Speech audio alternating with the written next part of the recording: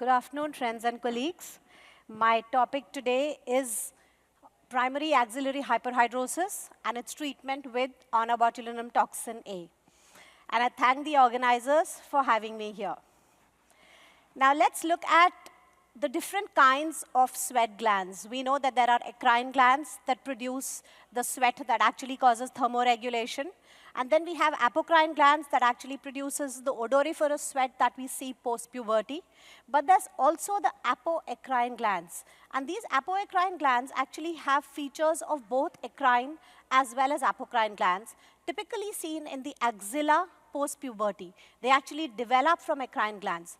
But what's really interesting is that these actually produce about 7 times more amount of sweat than the regular eccrine glands, typically in the axilla.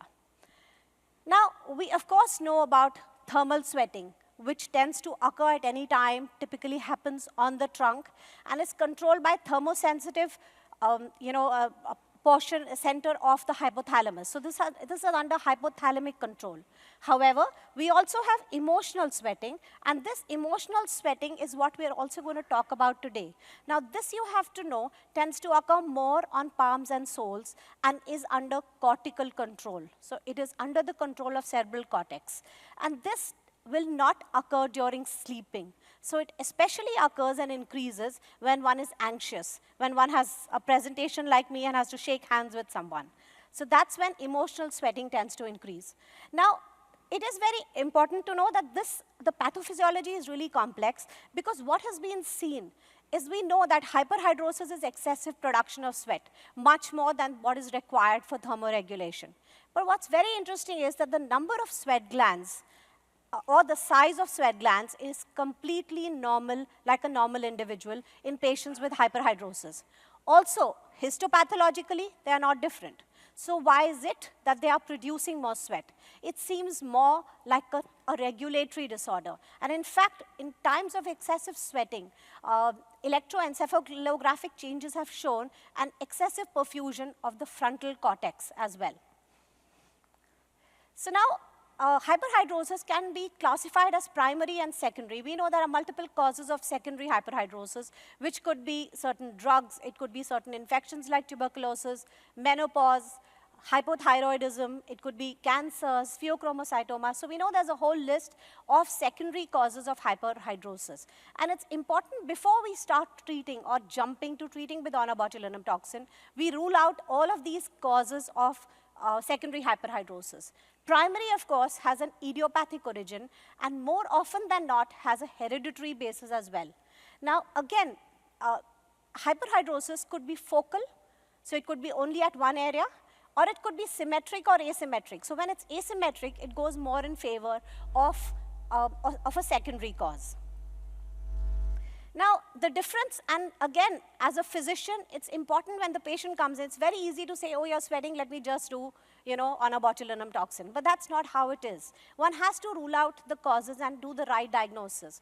Now, secondary hyperhidrosis will typically have a short anamnesis, so very short history that you've actually seen the hyperhidrosis. And there will be the symptoms of another disease, and there could be regional or asymmetric sweating. But when we look at primary hyperhidrosis, the patient will actually tell you it's been present for the longest time I remember. Typically, it could happen anytime close to puberty. It'll have an early onset, may have a family history. So again, taking a history of, does your father have it, your brother have it, is also very, very important. It's typically focal, bilateral, symmetrical sweating. But again, because it has a cortical cause, it will actually stop at night. So these patients will not sweat so much at night when they are not anxious. And it's been seen to be more prevalent in Fitzpatrick type 3 and 4.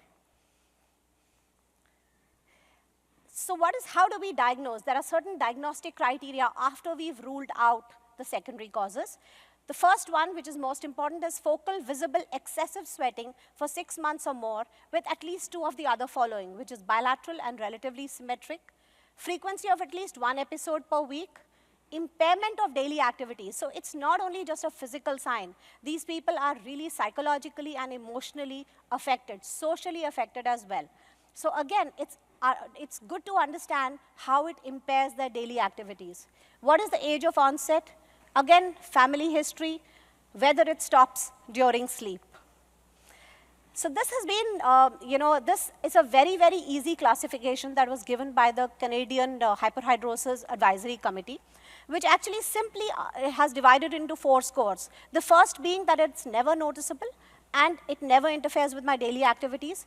And 2, 3, 4 being it is tolerable, sometimes interferes with my daily activities. 3 being barely tolerable, frequently interferes, and 4 being intolerable. So again, it's a very simple thing that I use, and I always use this chart when a patient comes to me to understand what stage they are actually in. Now, how do we evaluate? In our clinics, we very commonly use the minus starch iodine test. We actually apply the iodine, allow the patient to sweat a little after, we first apply iodine and then, apply some cornstarch on it. When the patient sweats, there's actually a change of color with the cornstarch that we see. And that's a very, very simple test that we do in clinic every time. It allows us 2 things. So one, it allows us to delineate the area of sweating. So when you've actually done treatment, you can see what is the area of sweating now versus what it was in the past. So this is one simple test that is done in my clinic every time I treat a patient with hyperhidrosis. Now look at treatment options. Now we all know that there is a sympathetic supply to these sweat glands, right? But the transmitter is acetylcholine. And what's interesting is that for the eccrine glands, it is acetylcholine, but for the apocrine gland, it's an adrenergic, stimulation. So, and for the apoecrine glands, it's a combination. So between 10 to 45% are actually acetylcholine, and they act through the M3 muscarinic receptors to actually cause sweating. Now, when we are targeting, what can we do? We can either destroy the gland. So that's with the topicals like aluminum chloride hexahydrate, 20 to 25% that we see in a lot of antiperspirants.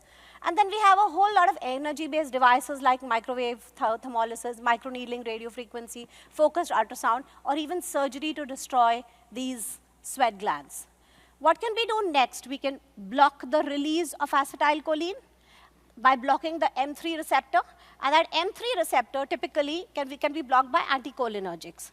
The last bit that we can do is block the release of acetylcholine, which is through botulinum toxin. So that's the number of things that's available. And these are the FDA-approved products that are available, some of them very new. That's Qbrexza and Sofdra that have recently been introduced. Now, when we assess with an HDSS score of 3 or 4, we can directly go to onabotulinum toxin treatment. Now, if we look at how it acts, what is it doing? It's actually preventing the release of acetylcholine at the autonomic sympathetic cholinergic nerve endings, and thus preventing sweat release. Now, there were 2 pivotal trials that were done that were very, very classic to show. Now, there was a dose-ranging study that was done with 50 units each side and 75 units, and what was seen that there was no statistic difference, which is why the 50 units was actually chosen. And then when the further phase 2 trial was done, and when it was compared to placebo, there was a statistically significant difference, and we can see that about 95% of the patients actually saw results in the first session itself. And again, there was, after this, there was an open-label extension study where these patients were actually allowed to take 3 sessions every 4 months if the baseline sweating reduced to more than 50% of baseline. Now, what was very interesting was that only 14% of the patients came back for the 3rd session. So what was seen was that the longevity was actually much higher, and there was an average of about 7 months, sometimes even higher. So again, this was a systematic review. This was done on hyperhidrosis treatments. And what was seen in the Heckman study in that was that it actually showed results that axillary hyperhidrosis with onabotulinum toxin reduced to more than 6 months, 90% at 2 weeks, 65% at 24 weeks, and 98% said that they would actually recommend the treatment. Again, what about their daily activities? So they really felt, most patients felt, that their limitation score of meeting people actually improved, as well as the fact that they were not changing clothes every few hours. So adverse effects were minimal, and I will skip that, and I'm going to show you a little video that actually, can we play the video? Yeah. Which actually iodine test and injection procedure for the treatment of severe primary hyperhidrosis with Botox, botulinum toxin type A. To ensure accurate assessment of the affected area, please remind patients to abstain from using over-the-counter deodorants or antiperspirants for at least 24 hours before the test. First, dry the axilla and immediately paint the affected area with iodine. Swab at least a couple of centimetres beyond what you think you need to cover to help ensure you don't miss any of the affected area. Let the iodine dry. Apply a light even coating of starch powder, such as plain cornstarch, over the entire area. The affected area will develop a dark blue-black colour over approximately 10 minutes, indicating a positive starch iodine test. Using a surgical marker, draw a circle around the blue-black area, then clean the area inside the circle with an alcohol swab and let it dry. With the surgical marker and ruler, mark the injection sites. To maximise coverage of the affected area, place the marks 1 to 2 centimetres apart. Make sure they're staggered and evenly spaced to allow the medication's 2 centimetre ring of effect, or draw a grid within the circle where injection points are 1.5 to 2 centimetres apart. Count the number of marks to determine the amount of Botox to be injected at each site. The recommended dose is 50 units of Botox per underarm. Now you're ready for the injection procedure.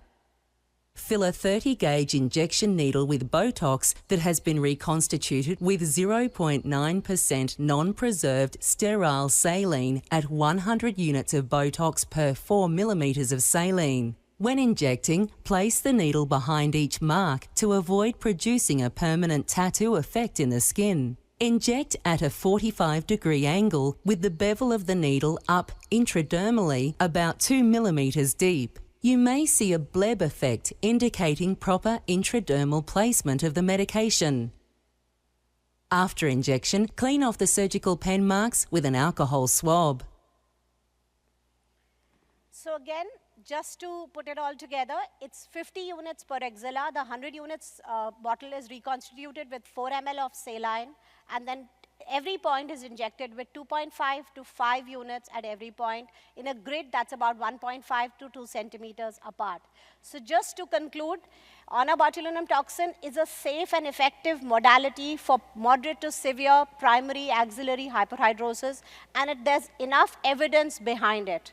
The diagnostic accuracy is very important, so you need to rule out secondary causes before you jump into treating the patient with onabotulinum toxin.